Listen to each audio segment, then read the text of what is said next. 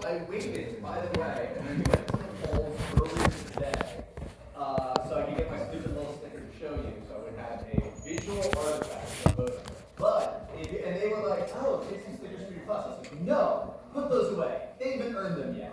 Go vote, earn the stickers. I did not bring in my voting stickers because I want you to go vote. I want you to go vote to get in the habit of voting. Like, once you're in the habit of voting, you keep voting. We talked about this a lot. A lot of the problems that we talk about in American politics, the proliferation of money in American politics, the disconnect between political leaders, just like in Utah, for example, the disconnect between what our representatives want and what we actually want. These are driven by things like low voter turnout, and low voter turnout is that college students really contribute to. So I am all but on my knees, pleading with you. Please go vote. Please go develop that habit of voting. And again, I want to be clear.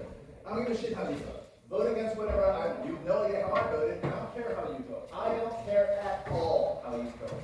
All I'm committed to, and I am committed to this, is if you're a citizen of this country, which depends on citizen feedback, please give that feedback.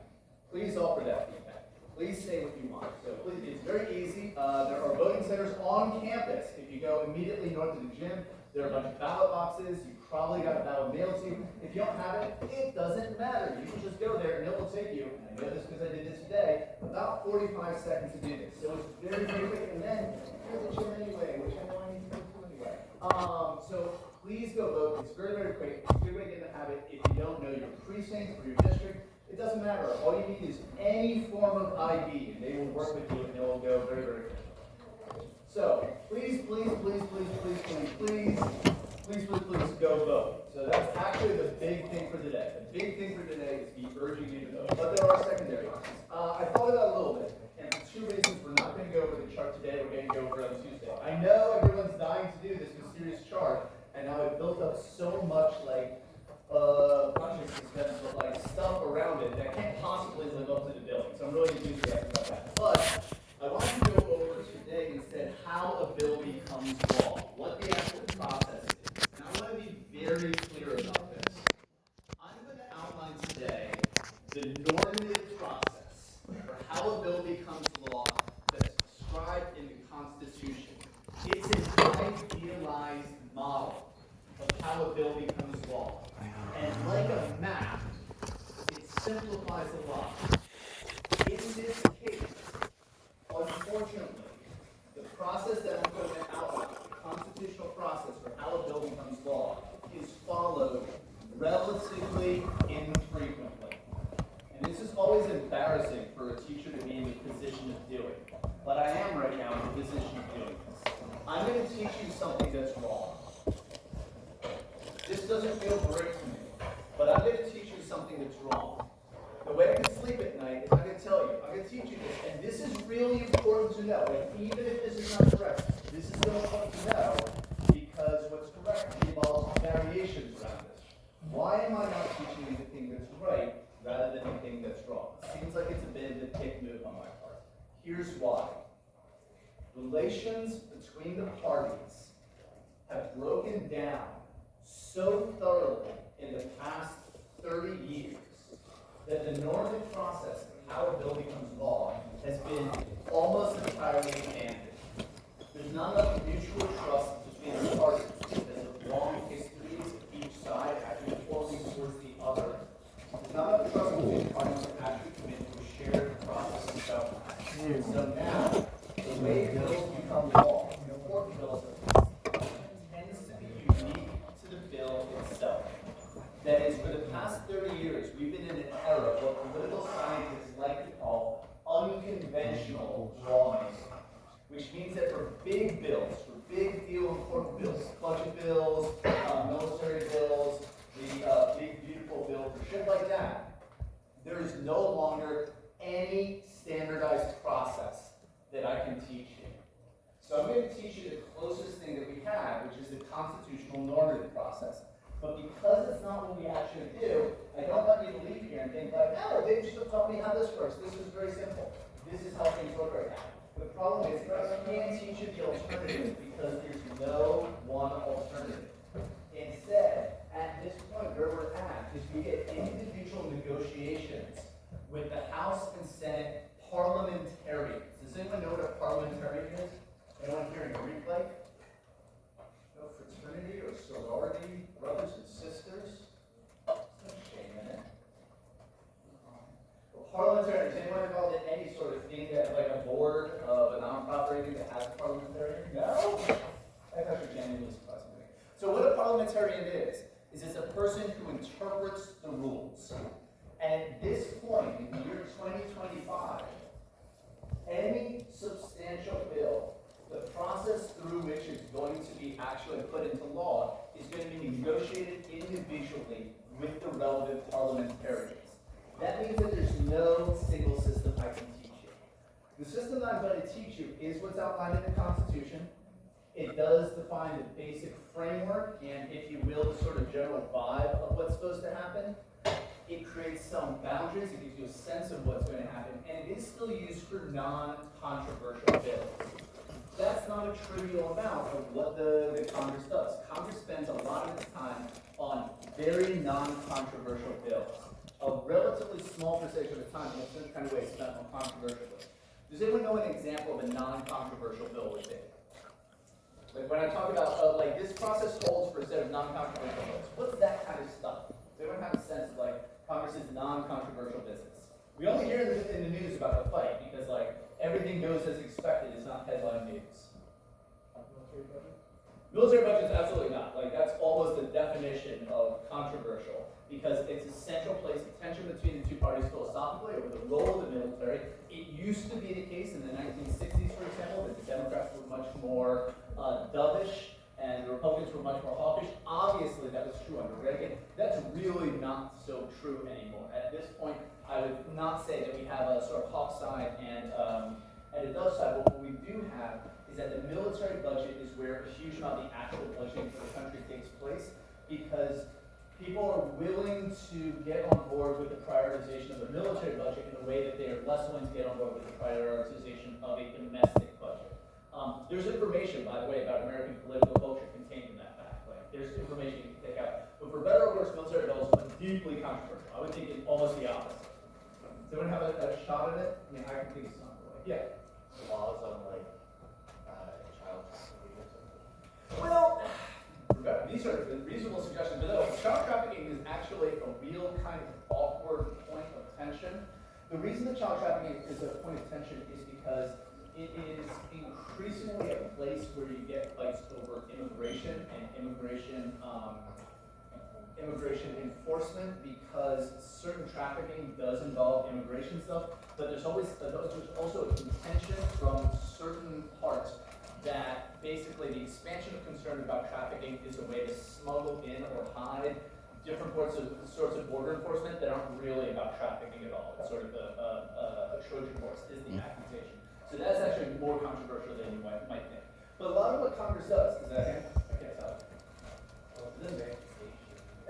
No. Oh, that's it. Guys, these are all controversial things. Think dumber. Think less controversial. Yeah. I could be wrong, but like domestic natural disaster relief? Oh my God. Where's our money for the Palisades? We haven't gotten it yet. We haven't gotten these finance. Oh my goodness. These are all. I can't tell you how much it bombs my cynical, cold heart to hear people be like, well, education would have to be non-controversial. Obviously, we got to educate our kids. Like, I love that. It makes me feel wonderful about the future of this country. It's not true, but like, I love this spirit. Yeah. I've heard that like after 9/11, there was kind of like a countrywide banding together against foreign travel. Like a checking. Yeah. After 9/11, people. I'm trying to think without getting into contemporary politics how to talk about the period after 9/11. Here's what I'll say. After the period after 9/11, there was a bunch of stuff that wasn't controversial. It became controversial relatively quickly thereafter. Like the TSA was created in the wake of 9/11. And that was at the time relatively non-controversial. But it since has become controversial. By the beginning of the 2010s, Democrats were critical of the TSA. The TSA has, by the way, never demonstrated it has stopped anything. And has repeatedly refused to provide Congress with any of its metrics, like national security. So there were a lot of criticisms about the TSA in the 2010s, and now, by the time you get to like 2020, so there's other kinds of criticism from the right about like government overreaching bureaucracies and stuff. So it's become controversial, although for personal reasons it wasn't at the time. Here's it, yes? Maybe like standards for concrete manufacturing. Oh my goodness, no, that Congress doesn't deal with that. That goes to the administration. And we're going to talk in some detail today when we talk about how a bill becomes law. We're going to talk about the committee system, and we're going to talk about relations with the administration. Here's the kind of thing that Congress does a lot of, that you don't hear about in the news. That's why people are not thinking about it. Congress spends a lot of its time issuing proclamations that have absolutely no effect. So a thing that Congress spends a lot of its time doing is signing bills that recognize, I'm trying to think of some good examples, a bill that recognizes the central role that apple pie has played in American culture. That's the kind of thing that Congress does, right? Congress spends a lot of time, more time than you think, passing these little bills to like rename a post office after a local hero of some type. So there'll be some local hero from the 1800s, and there'll be a petition to rename a post office. Post office is a federal building. Local localities are not entitled to rename post offices just on their own. So they'll petition Congress, and Congress will pass a law. And it's going to be non-controversial because the folks who are being honored are rarely particularly controversial people. It's just a way of like letting localities have their little named post office after their local hero. Or there'll be a proclamation that like baseball is nice for America, right? Toronto lost. Baseball is nice for America. Hey, rest of the world, are you even trying in the World Series? America's got so many of these titles. So it might be the case that Congress passes a law that just says like, hey, we think that baseball is good. We are in favor of our mothers, of apple pie, of baseball, and backyard barbecues. Congress spends a lot of time on these sorts of proclamations. And we're going to talk on Tuesday about why Congress spends such a high percentage of the time on these types of proclamations. We were supposed to talk about this today with a big chart, but I want to move it. Both, as I said, there are two reasons. I want to talk about this today, because we're voting, but also I'm going to be observed on Tuesday. So one of my closest friends at the university, Larry Becker, who's slightly older than me, and he's one of the few people I will do any favor for, is coming to evaluate me because I'm going up for promotion. So he's going to be sitting awkwardly somewhere, and I want to, no, don't clap, nothing good has happened yet. All that's happened thus far is I've had to do a bunch of work, and nothing good has come up with it. So, no applause.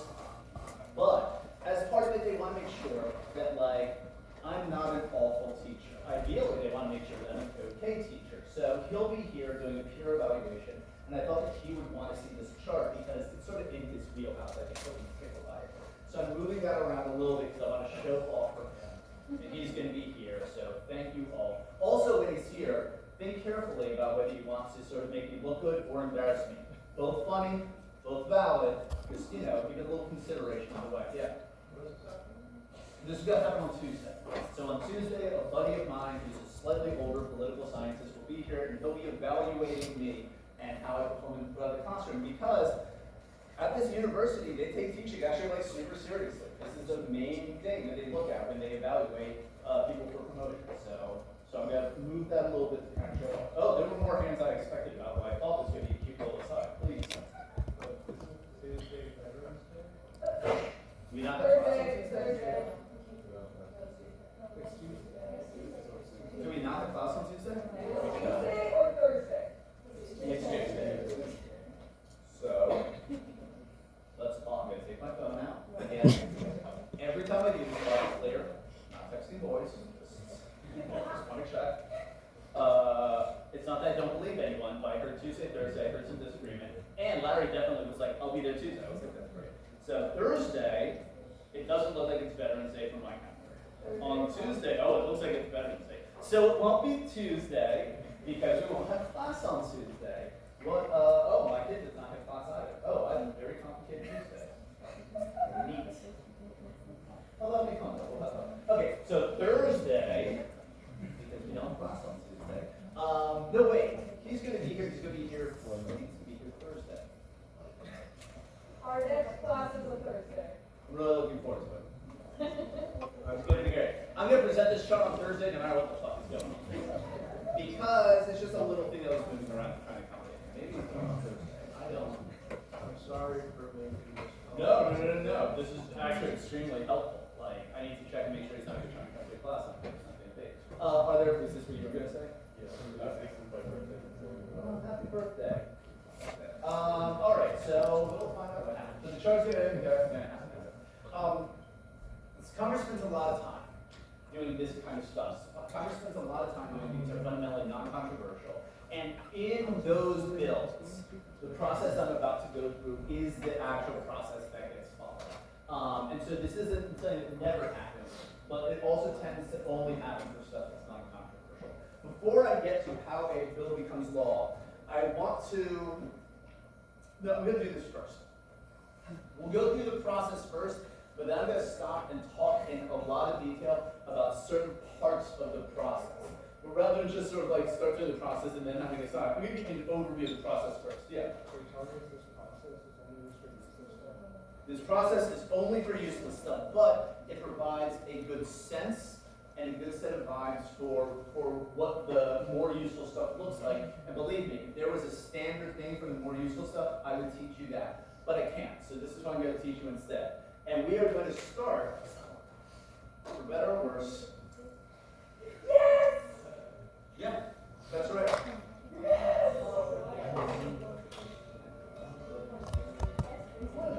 You sure got to climb a lot of steps to get to this Capitol building here in Washington. But I wonder who that sad scrap of paper is.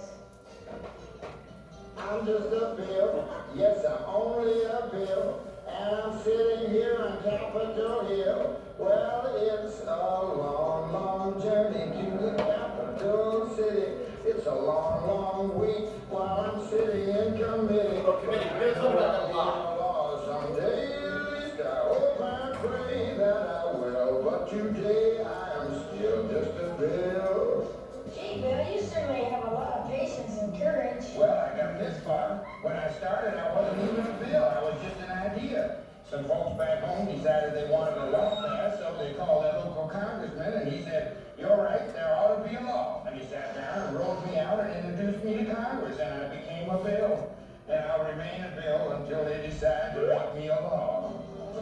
I'm just a bill. Yes, I'm only a bill. And I got as far as Capitol Hill. Well, now I'm stuck in committee, and I sit here and wait. Yeah, we'll talk about that a lot too. Key congressmen discuss and debate whether they should let me be a law. I hope and pray that they will, but today I'm still just a bill.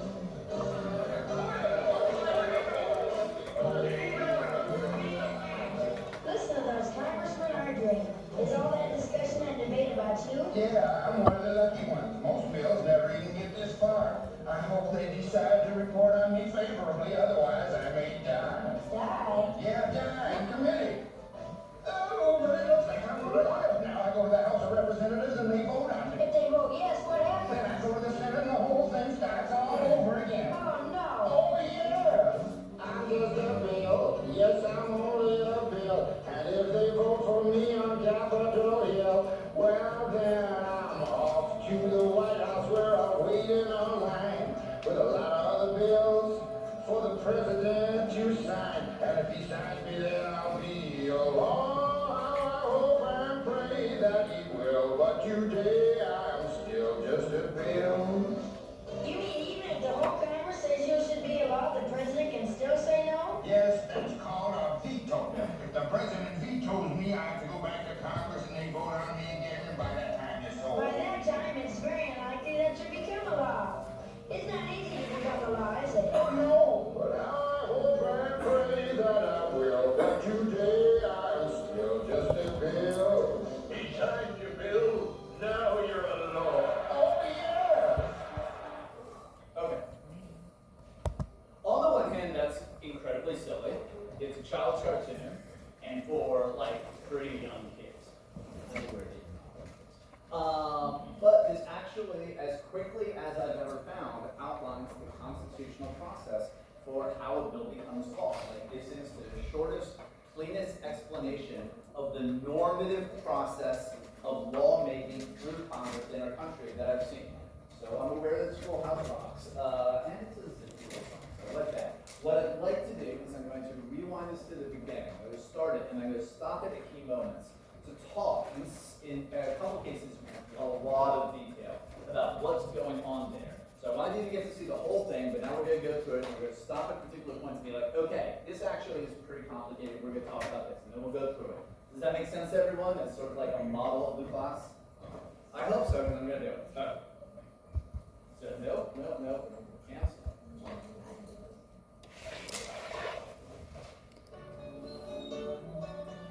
Whew, you sure gotta climb a lot of steps to get to this Capitol building here in Washington. But I wonder who that sad little scrap of paper is. I'm just a bill, yes, I'm only a bill, and I'm sitting here on Capitol Hill. Well, it's a long, long journey to the capital city. It's a long, long week while I'm sitting in committee, but I know I'll be a law someday. At least I hope and pray that I will, but today I am still just a bill. Gee, Bill, you certainly have a lot of patience and courage. Well, I got this far. When I started, I wasn't even a bill. I was just an idea. Okay, let's stop here. It's an important thing to know about American politics and the American political institutions. Important thing is that fundamentally the expectation from the Constitution is that we have one primary proactive political institution at the federal level, and that's Congress. Notice here that like what's happening is someone has an idea about a change they want to see.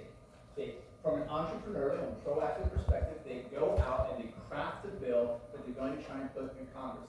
It's important to recognize that like the fact that this is the normative process is giving us a lot of information about what the founders expected would be the institutions that would matter most. The president is not a lawmaking body. The executive branch is not a lawmaking branch. We talk about an executive branch. The root of that is to execute something, but it's not to plan something. It's not to decide something. It's not to debate something. It's not to set the agenda. It's to follow through on a set of plans and agendas that has been set elsewhere. In other words, already from the very first take, you can start to see that the anticipation of the founders is that the president is going to be reactive rather than proactive. And that the president is going to be responsive. The president and the executive branch, the administrative apparatus that exists underneath the president, is going to respond to Congress. Bills are coming from Congress. Who is entitled to submit a bill to Congress? What type of persons is entitled legally to submit a bill to Congress? Could we do? Could we collectively come up with a bill? Could we be this person who sees the cars at the train track and thinks there ought to be a law and come up with law and submit it ourselves? Could we do that? I don't hear strong answers. I see a hand. Is it the Speaker of the House? It's not the Speaker of the House, although we're going to talk about the Speaker and their very important job in just a second. But it's not the Speaker who can submit a bill. The Speaker's going to schedule the bill and send it to committee. That's unbelievably important. That's an underrated, underappreciated aspect of the process. So you're 100% right in identifying the Speaker as the key thing. But his or her is going to, a role is going to come slightly, like 2 steps later in the process. Bill has to be submitted to Congress first. It's not just the Speaker who can submit bills. We know this because we see bills submitted by the minority party all the time. Let's take a second, because we're all the Speaker of the House. This is getting like 30 seconds ahead of ourselves, but we can get 30 seconds ahead of ourselves. Who is the Speaker of the House? Like right now, does anyone happen to know the current Speaker's name? Johnson. So Johnson is the current Speaker of the House. What party does Johnson represent? Republican Party. He's a Republican, and he is absolutely a partisan person representing that party specifically. If it was the case that Johnson, as a member of the Republican Party and as Speaker of the House, was the only person who was entitled to submit bills to Congress, would you ever see any bills submitted by the minority party? Probably not. That's right. In fact, that's going to end up being a really important thing. Why not? Why wouldn't you see, in this case, Democratic bills be submitted to Congress at all? What would happen? He's just reject it, right? Why would he reject that? Why would he not let that? Like, I know this seems really obvious, but it's important to think through the obvious answer sometimes. It's good practice, even if it's really obvious. Just take a moment, think it through. Why would a Republican Speaker of the House not even accept Democratic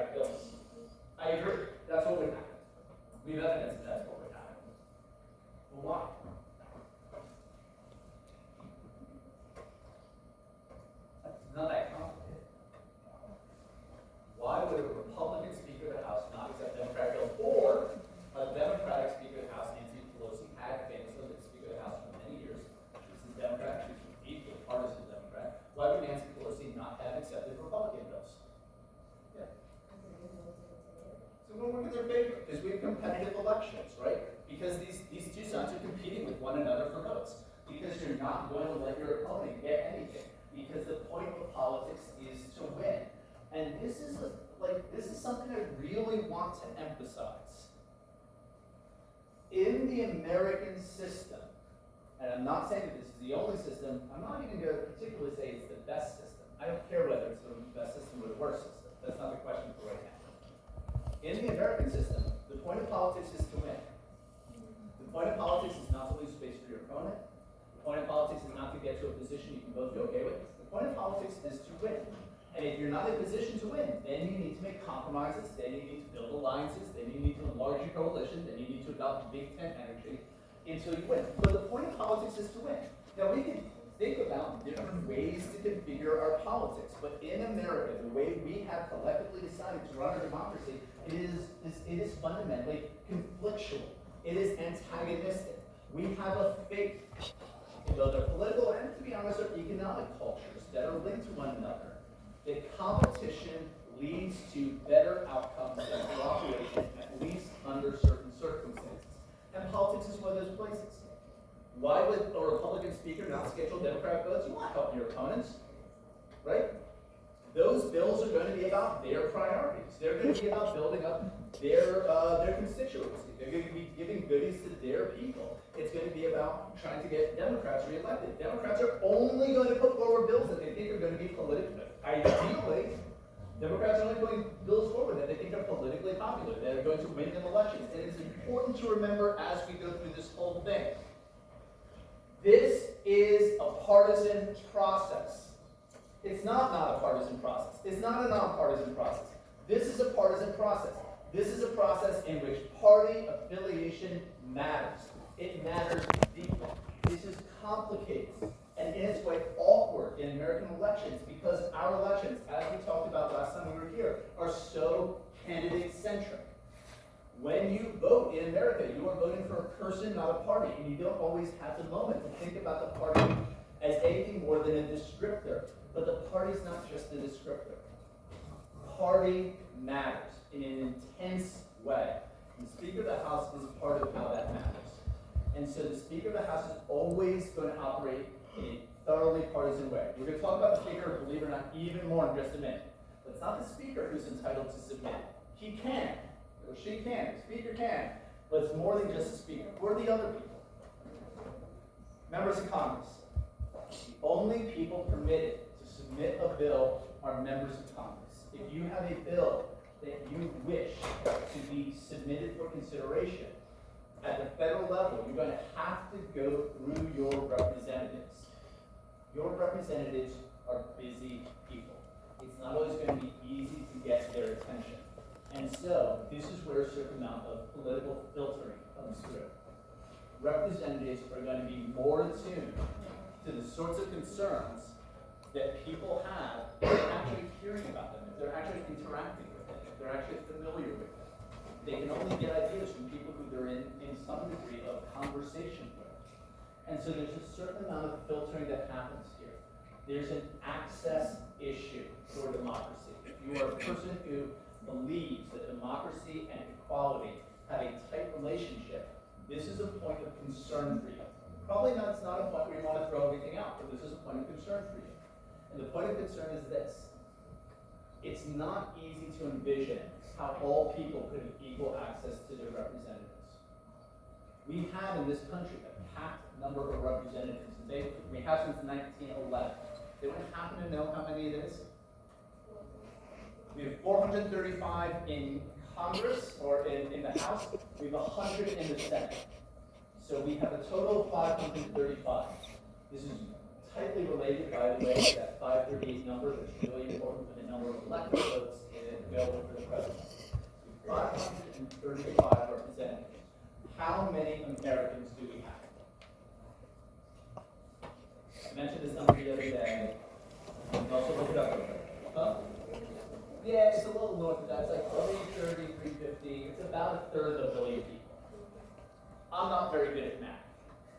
Someone who's in front of a mathing machine, would you please find out how many people there are per representative? That is, how many people is each representative? 535 representatives. divide 330 odd million by 530. What do you get?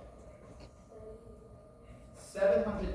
So it's about 750,000 people are represented by each member of Congress. It's hard to know 750,000 people. It's hard to get to know all those people. It's hard to really understand where they're coming from. And that is, look, it's not precisely distributed that way. You know, the Senate works a little bit differently. This is a pretty rough thing, but it's there to give you a sense of the scope. Representatives can't hear from all their constituents. I don't know of a way to do it. There's certainly no one obvious, easy way. There's a serious filtering problem. What tends to happen is that the people who representatives hear from are A, people who are like themselves. That's one of the reasons you see so much concern about like the race of a representative or sort of racial patterns in voting, is because people who are coming out of the background, any background, are going to be in certain kinds of ways a little bit more attuned to that background, not because they're terrible people, not because we reject cosmopolitanism, not because we're pure nationalists, but just sort of like, yeah, human cognition is limited. That's sort of the way it goes. Like, look, I don't know what to tell you. I know a little bit more about Jewish halakha than I do about like Roman Catholic rights. It's not because there's anything wrong with one or the other. It's not because I've made some devious decision to devalue the Roman Catholics in my life. My dad's Roman Catholic. I love him. I got a son. But there's a background coming out. And that's true for every representative. And so people sometimes have a concern. That's why you see a lot of concern about like who the representative is, what race they are, what class they are, what sexual orientation they have, what gender they have. Is that there's a presumption, an intuitive presumption, that people will be more attuned to their own backgrounds because we have so few representatives.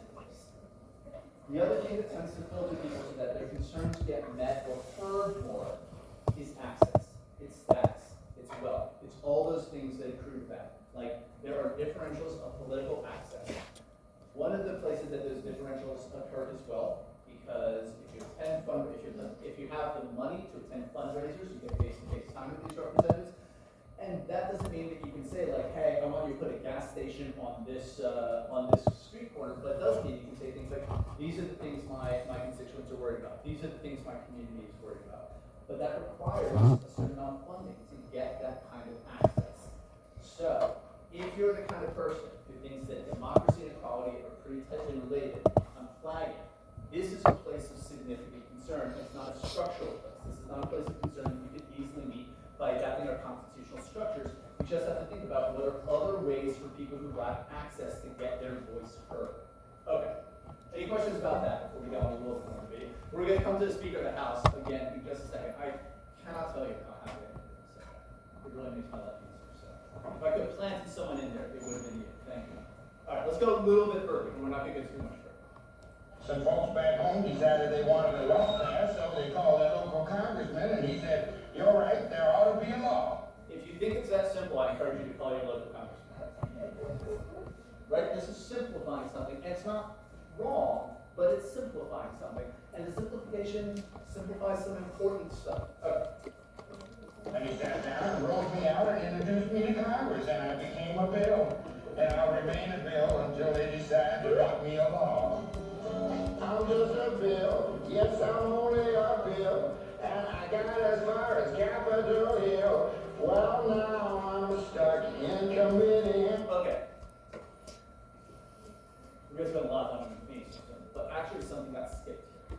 I know people are like, oh, there's a lot here. Yeah, that's right. Congress is complicated. There's a lot. Now we talk about the Speaker of the House in more detailed ways, because this bill doesn't just find its way to committee. Obviously, this is incorrect in many ways. I've already talked about this, but one of the ways it's incorrect is that bills don't have feet and a motive purpose, so you can't just walk themselves to committee. They don't go off there. The person who does that is the Speaker of the House. In Congress, in the House of Representatives, is the Speaker of the House. You should know, by the way, that Congress has two meanings. Congress both means the set of the House of Representatives and the Senate, the lower house and the Senate, that is Congress. But in this context, oftentimes, political scientists will slip up and use Congress just to refer to the House. And you should just be aware of that sometimes I and other political scientists will sort of slip up and use Congress to refer to the House because the Senate's always the Senate. Like, the Senate's always the Senate, and the Senate really is a little bit separate. In this video, they don't talk about the differences with the Senate. We're going to talk about the differences with the Senate, because the It's not as different as it used to be, but still pretty different. So when people say like, oh, congressmen, you have to really pay attention to Congress.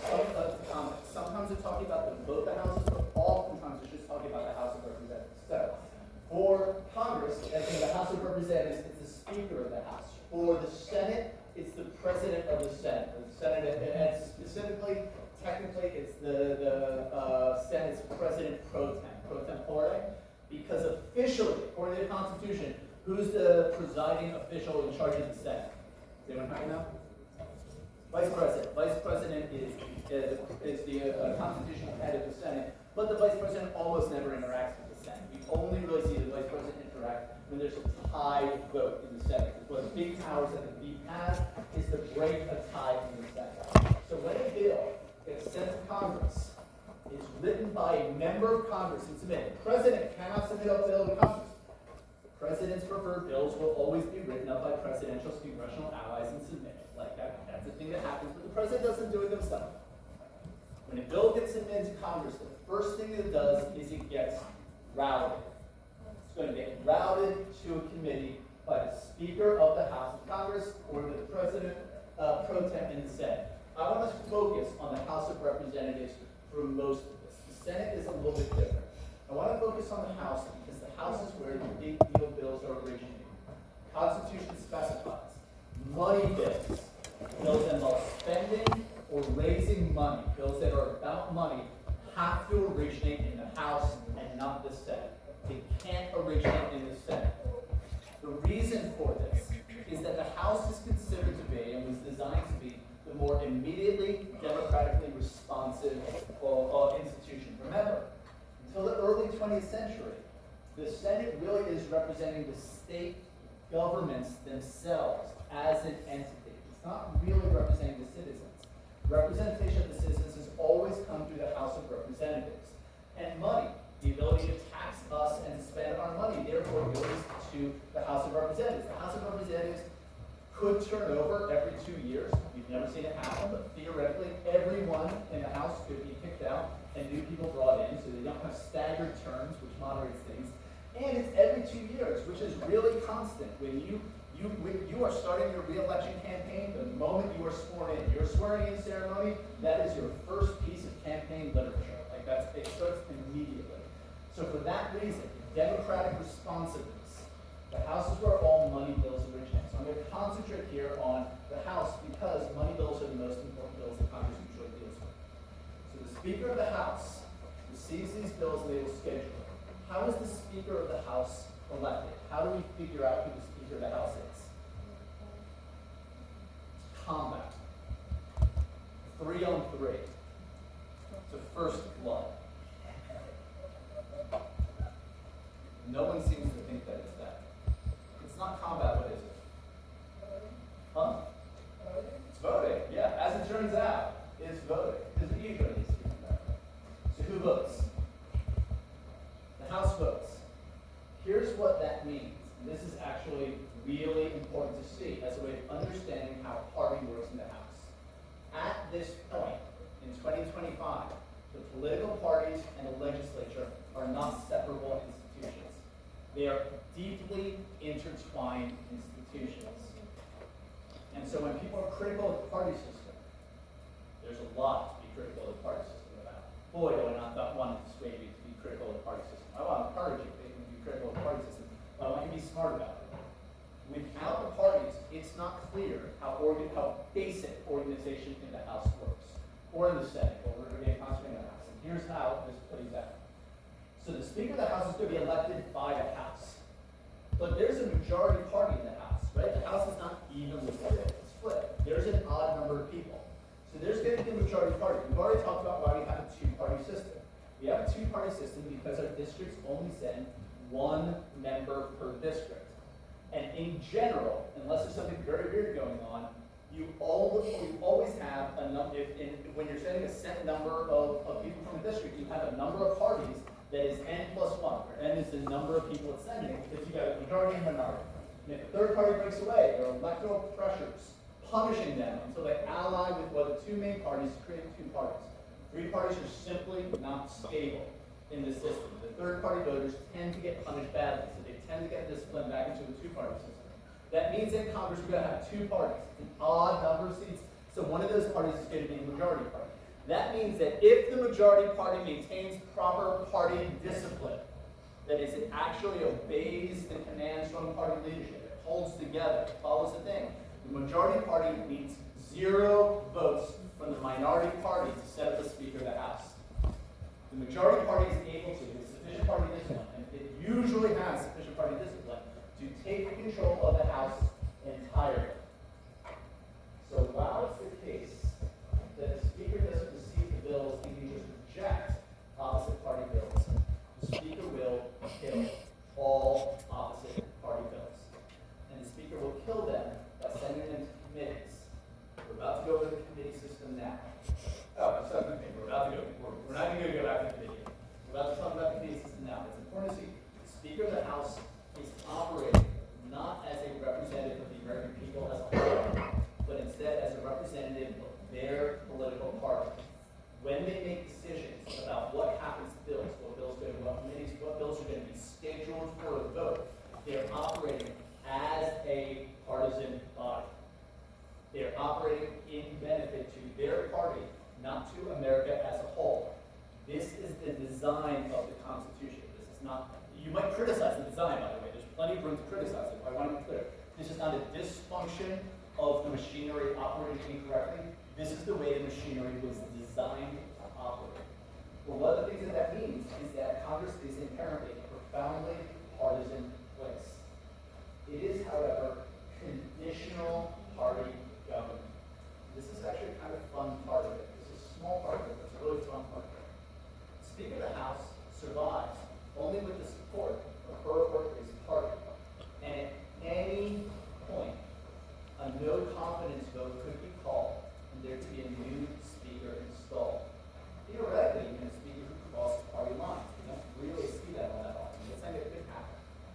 What that means is that the Speaker of the House is a leader of their party only insofar as they please their party. The Speaker of the House is a partisan position. It is a party position. It has official, important duties to the American public as a whole, but it is about serving their particular party. However, they're not independent in this party service. The actions of the Speaker need to be understood as a reflection of their party's preferences because party governance in the U.S. is conditional. It is conditioned on people in Congress still being happy with what the Speaker is doing. We have seen speakers deposed before, and we will see speakers deposed again. And one of the big things that gets the Speaker kicked out is cooperating too much with the other party. So the Speaker of the House controls the schedule. In a different way, the Speaker has what we might call agenda control in the House. Agenda control, for those of you who are a little Machiavellian yourself, and you want to think about how to accrue various forms of power to yourself, I recommend agenda control. Agenda control is a wonderful power. Here's how agenda control is a wonderful power. Agenda moves silently, frictionless. You can't have a fight over something not being on the agenda because there's no space on the agenda to have a fight over its absence. Its power operates through sort of things exist and things don't exist, which means that things don't exist, it's really hard to get any media attention around, right? It's really hard to get reporters to report on a story of a bill not being sent to a committee. It's really hard to get reporters to notice when things don't happen. Our media systems, that all media systems we're aware of, tend to key up on things that do happen. We report on events rather than absences. We are key as humans to look for things that exist rather than things that don't exist. And what that means is agenda control is incredibly powerful because it puts your opponents into a place that people don't pay attention to. It highlights you and what you are doing with attention, and it removes attention from your opponents. And because you have agenda control, if you ever see them putting a bill forward that you think is a mistake, that would benefit your side, you can pluck that single bill out and have that bill on the schedule to embarrass you. So, agenda control is incredibly powerful because it's incredibly hard to fight against. You can only fight if you're on the agenda. I'm sorry, this discussion is not on the agenda. We just have to shut it down. can talk about that right now. It's not on the agenda. The agenda is controlled both for the floor of Congress and for the various committees. We're now going to talk about the committees. Committees is where all the actual working Congress happens. Congress is its committees. The floor of Congress, I promise you, is a stage. It's for performance. That's not a bad thing. We have 330-odd million people in America, and I think that in a mass democracy, a certain amount of performance and dramatization is really important. People are going to feel affectively. Their emotions are going to be connected to America and political processes in America. They need to be sort of dramatized. There needs to be a performative aspect. There's been a performative aspect in politics since the beginning of politics. When I say it's performative, I want to be very careful. I don't mean it's fake. I don't mean it's bad. I don't mean it's inauthentic. I don't think it's a thing to be avoided. It's a performance. It's scripted. It's arranged ahead of time. You know what? So many wonderful things in our lives are scripted and arranged ahead of time. It doesn't mean it's bad. What it means is that the scripts are already being generated in the committees themselves. What happens on the floor of Congress is a performance and a show for you to see. It's a way of dramatizing what went on in the committees so that it's more visible to people who haven't been paying as much attention. And it's really useful for that. That's a good thing. But it's also important to remember, if you think you are following Congress because you are paying attention to what is on the floor of Congress, you are not actually paying attention to Congress. Floor is not, the number of surprises on the floor in the past 100 years are countable, right? John McCain's decision around the ACA, that was a surprise, but that was wild. There's a reason that that was so noteworthy. This is where the work happens.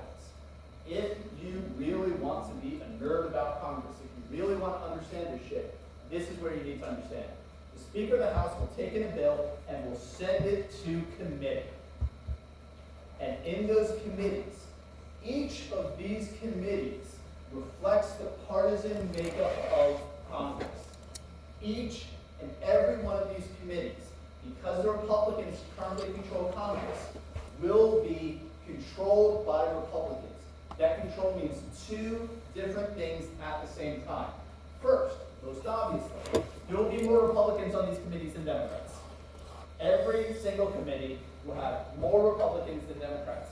That means that assuming maintained party discipline sometimes breaks down. That's not rare. It's uncommon, but it's not rare. Assuming normal party discipline, the majority party can run all of Congress without any votes or input from the minority party at all. None. Nothing. The minority party's participation is simply not required in Congress. The majority party grabs it. These committees are where the real work is done. First, Republicans, in this case, whatever the majority party is, will have a majority on each of these. Second, the chair of each committee and all the subcommittees in it will also all be from the majority party. In this case, it's Republicans. Previously, it was Democrats. Democrats again, there'll be Republicans again, et cetera, et cetera, et cetera. The chairs of these committees have the same agenda power that the Speaker of the House does. They control what is on the agenda. Now, at this moment, I'm going to tie together threads that we've been talking about for months. This is a payoff moment. Prior to the New Deal, Congress could reasonably handle all of the legislative activity that was in front of it. Most of the things that would be submitted to Congress would be considered by Congress prior to the New Deal, because Congress was dealing with a very limited set of stuff. Keep in mind, before the New Deal, well, you have a railroad network connecting sort of America, and therefore a huge amount of interstate commerce. Congress isn't thinking about that yet. It's not regulating that yet. There's no reason for it to. Prior to, at the beginning of the 20th century, until sort of the Great Depression, the New Deal, what you see is a federal culture built around deregulation, fewer regulations, more power flowing to the states, more power to let the states make the regulatory decisions they wanted to, or in the case of like Lochner, to forbid the states from regulating at all. Like we had a very minimal regulatory state until the New Deal. Congress had enough on its plate, or Congress had an amount on its plate that was about the size of its plate. So bills would be submitted, and virtually all those bills would receive at least some consideration. But then the New Deal came.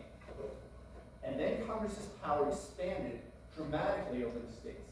The relative balance of power and lawmaking in the U.S. shifts away from the states and towards Congress. Congress picks up a huge new regulatory agenda, and it makes sense for it to. The economic history of the U.S. prior to the New Deal is a series of depressions and booms, and depressions and booms, and depressions and booms, that actually, that sort of swing, like, it's fun for the people who are able to catch the booms, but it's not obvious that that sort of structure is picking effective winners and losers in the sort of marketplace, right? Businesses prefer long-term thinking. Humans do not like busts, right? We are loss averse. Virtually all of us are to some degree or another loss averse. If you're betting on sports right now, like, please be a little bit more loss averse. Like, almost all of us are fundamentally loss averse. We hate the busts. Even if the booms are great, the busts usually aren't worth it for us. And so we had, nationally, a conversation and a decision to try and minimize and smooth capitalism's boom-bust cycle, or sort of financialize capitalism's boom-bust cycle at the New Deal. But that required regulatory work. That required people overseeing and making decisions and saying yes or no. And now, since the New Deal, here we're tying this up really neatly, I hope, more is on Congress's plate than it can deal with. Congress is no longer able to handle its workload. And with a cap on the number of members of Congress, that will not change. It simply will not change. And so, we have two results coming out of this. The first result is that the agenda power given to the majority party is now much more potent than it used to be. It's much more potent because previously the agenda power wasn't that useful, because you could send stuff to committee, to some committees rather than others, but in a general sense, there was time to do it all. But now that there's not, that means that Congress becomes a much more sharply partisan place. Because the other stuff simply doesn't get investigated at all. Like, lots of stuff simply does not get investigated at all, doesn't get heard, doesn't make it onto the agenda of any committee or subcommittee. It simply dies in committee. Which is to say, the bill goes to committee, but is never considered by the committee. And until it's considered by a committee, it's not going to hit a floor vote. A lot of this stuff is partisan, but not all of it is partisan. Even majority party priorities. There is not time on the calendar to consider all of this. And, lest you think, well, they just need to work harder. Generally, most constituencies do not want their member of Congress to stay in Washington, D.C. the whole time. Most constituencies want their member to come back to their home district often. Not just to report in, but to soak up that culture, to be a member of that community, because it's harder to represent a place if you lose your familiarity and connection with that place, with those people. But then if you're bringing folks back from Washington, D.C. all the time, every time they're back in their district, that's more time that they're not spending doing that work out there. And so there's just not enough time, which has caused Congress to become vastly more partisan, because the existing partisan structures are much sharper when Congress doesn't have enough time to look at everything. That's one outcome. The second outcome, and now we're not just tying a thing together, but we're opening up another thing. This is also tying together a thread that's been lurking for a long time. Is that at the New Deal, Congress used the executive as its shaming closet. People know what a shaming closet is? I love it. You're all so young. This is perfect. What's a shame closet? So shame. Maybe a shame drawer would work better. Think back to your childhood home. Did your parents have a place where they put stuff that they weren't really sure what to do with? Yeah? A garage maybe? And it's just sort of piled up. I'm going to be gendered for a second here. Maybe I'm wrong about this, but I'm going to be gendered. I'm not gender essentialist. But there's, we could talk about gender as like a thing that exists. Did your mom feel bad about this? Did your mom not want people poking around in it? Was there possibly like a closet where your mom was like, no, don't go in there? It's a shame closet. It's where you put the things that you're not prepared to handle. And then you close the door, and then you're not thinking about what's in the shame closet anymore. So everything's fine. But then the door gets open, you're like, oh shit, I left all this stuff in there and I have not cleaned it. That feels bad. I don't really have time to do it. If I had time to put it away, I would have already put it away. I don't have time to put it away. So I just put it back in the shame closet.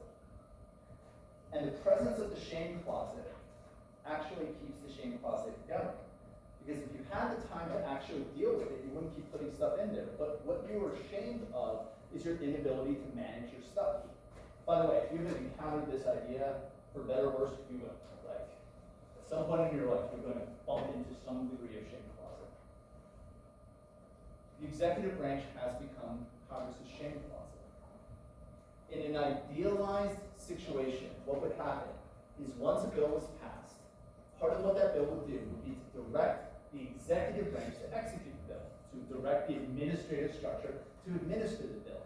But as Congress gets more and more and more on its plate, and as the administration and executive branch gets built up further and further and further, with more offices, with more oversight, with more experts, it becomes increasingly tempting and eventually irresistibly tempting to hand over more and more decision-making to the executive branch itself.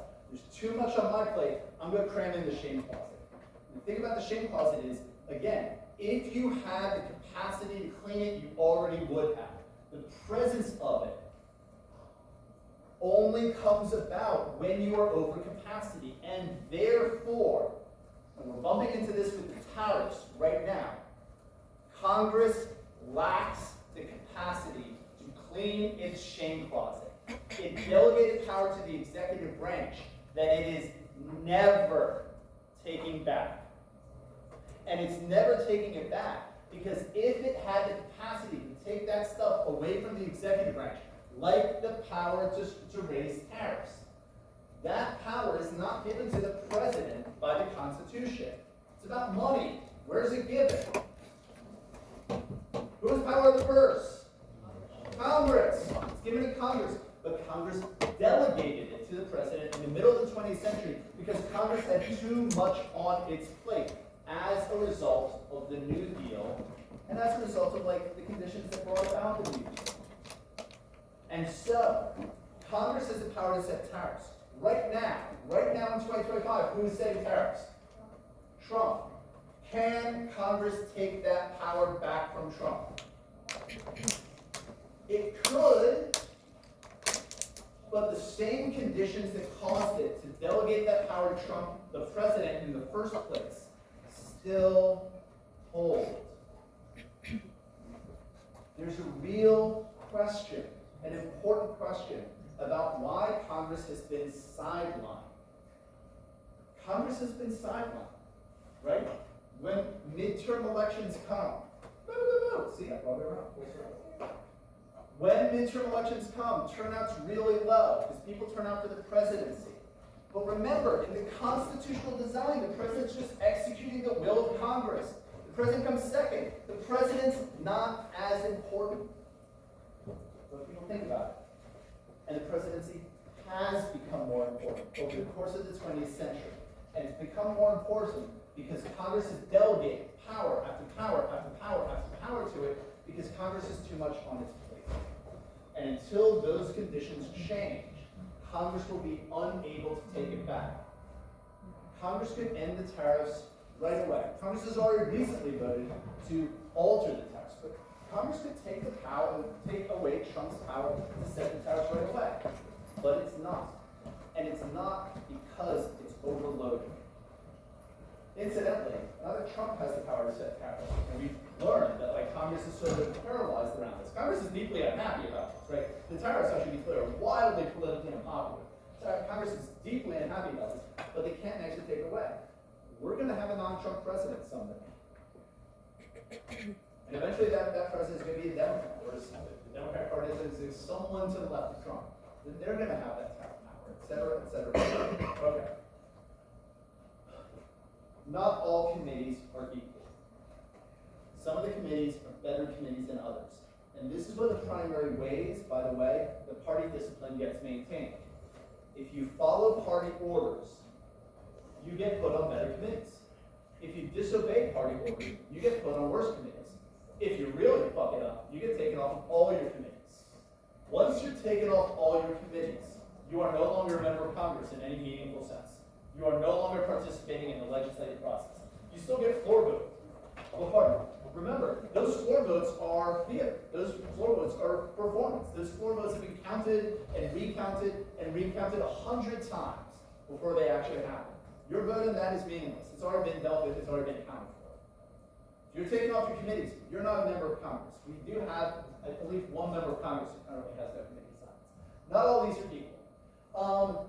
Some of these are big deal committees. Can people sort of read this, or is this way too small for like folks in the back? Can you see this at all? I'm going to embiggen it. It's not like vital for the security of the first world, but if I can make it a little bigger. Is that better? All right. Is that good enough? That needs to be perfect. Good enough. So on these committees, some of these committees are good for everyone, some of these committees are bad for everyone, and some of these committees, it really depends on who you are. I'm going to go through, not all of it, but some of it.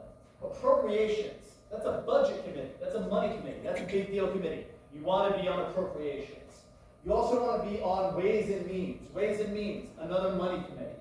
If you want to pay attention to what Congress is actually up to, you really want to get to know what Congress is up to. By the way, this Congress would not be a particularly interesting Congress to do that with. There's not a lot of legislative activity right now. But in a sense, it makes it, in some ways, a little bit easier because there's less going on. Appropriations and Ways and Means. And Ways and Means a little bit more than appropriations. Those are committees to pay attention to. People say a lot about what their priorities are. Your budget is your mission statement for every organization. Every organization on earth, any organization you join, you should know. Your budget is your mission statement.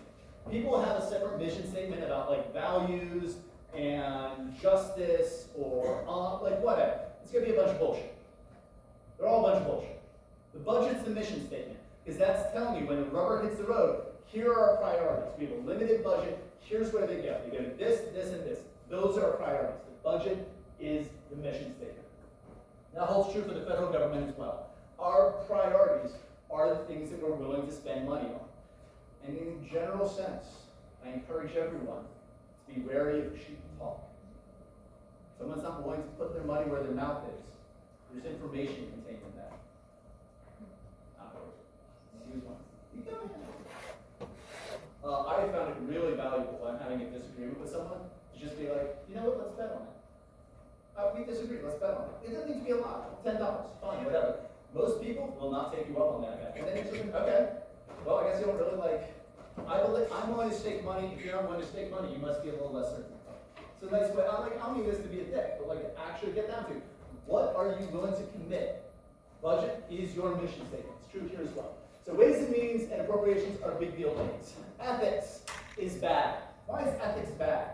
Ethics are very good. Why is this committee bad?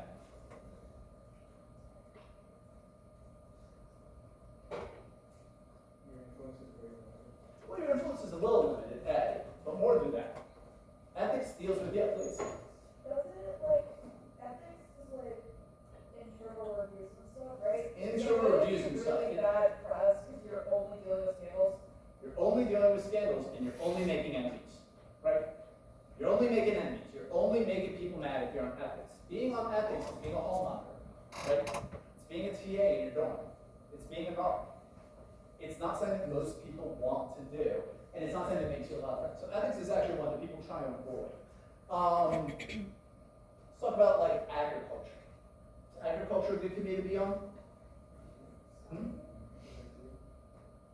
It totally depends on context. Who is our representative for like this congressional district? Brad Sherman. Does Brad Sherman care about being on the agricultural committee? Absolutely not. Absolutely not. Why not? You don't have agriculture here, really? We have a little bit of agriculture here, but we don't have a lot. So we actually go to agriculture. Farm Bill 2024. That's giving you a lot of information, by the way, about who's going to be on here. So what we want to see, subcommittees, about membership. Okay. Pennsylvania, Minnesota. Notice, chairperson, R. That will be true for every single committee. This is how parties control Congress. The party system and the committee system are not separable things at this point. Right? If we don't have political parties, we actually are very quickly not sure how to set up the committee system. So these things grew up together and they're still together. So, Republicans are going to be in favor of everything. All right, Pennsylvania. Where in Pennsylvania do you think this guy's from? East or west? East is where Philadelphia is. West is where nothing is. West. West, that's correct. Oklahoma, Georgia, Arkansas, Tennessee. Republican members go first this time. California, is California an agricultural state? Shit, yeah, it is. North Carolina, Missouri, Nebraska, Illinois, South Dakota at large. Okay. Democratic members, Ohio, Georgia, California, Massachusetts. Jim, what are you doing there? Must have made someone mad. Where are these folks coming from? What sorts of states? It's not a trick question. States with farms, right? Look, ideally, you put people on committees both where they have expertise and where that committee particularly matters for their constituents. Think all the way back to like the beginning of the class. One of the features of America is its radical diversity. Part of that radical diversity is the people who were here, right? The people who were here were an unfathomable mix of different creeds, nationalities, preferences, things like this, but it's also our natural resources. The diversity of our natural resources encourages all sorts of different kinds of industry. This was central to what Madison was talking about in Federalist 10, sort of splitting things up in factions. Those factions aren't about, usually, Madison didn't anticipate they would be about philosophy or ideology. Who gives a shit about that? They're about money. They're about how you make your living. They're about jobs. Congress wasn't here to tell you what to believe. Congress was here to regulate things like the economy, to regulate things like tariffs and taxes. Those matter economically. And so, the different committees are going to be differently valuable depending on what constituency you're coming out of. America is economically really diverse, and so that means that there are going to be a diverse set of committees oriented economically. And so there are going to be a bunch of farmers on these committees, both because they know about this, but also because that's what their constituents care about. More than anything else, if you're a member of Congress, you want to get on the committees that feature the stuff that's important for your constituents because you're trying to serve your constituents. And you're trying to serve them in a political manner, that is to say, to earn the chance to be reelected. And you're also trying to serve them in a policy manner, that is to say, delivering good policy. And in a democracy, we have to kind of assume most of the time that there's a degree of overlap there. That policy and politics are not unrelated to one another. Because it's politics that keep our representatives faithful. It's really easy to bemoan the partisanship of Congress and feel like, oh, they should only think of the common interest. But like, that's not how you get reelected. In order to have competitive elections, you need to show people that you're looking out for their interests. When people go to the ballot box, some people go to the ballot box thinking about the nation as a whole. But a lot of people go to the ballot box thinking about themselves, or more importantly, the people around them.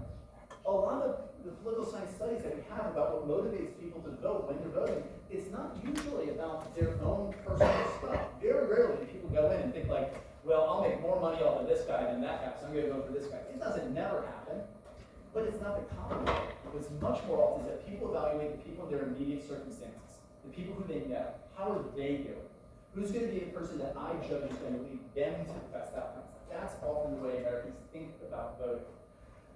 So these committees structure what goes on. The bill gets referred to a committee, it will then get referred within that committee almost all the time to a subcommittee. There are a couple of different subcommittees that you can see here. In these committees and subcommittees, what happens is hearings. A bill will either be scheduled or not scheduled. If it's scheduled, that means you're going to hold hearings on it. What it means to hold a hearing is you're going to bring experts in on your side to defend or attack the bill. To say we should do this bill, we shouldn't do this bill. All that testimony is entered into the official congressional record. Partisanship matters.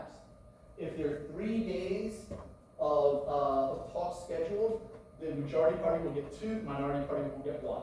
5 days, 3-2, et cetera, et cetera, et cetera. Almost always an uneven split. Again, partisanship reasons.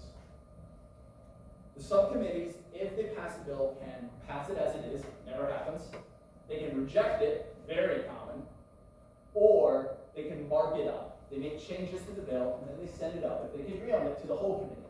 Then the committee itself can hold hearings. If it doesn't want to hold hearings, it can go to a markup hearing.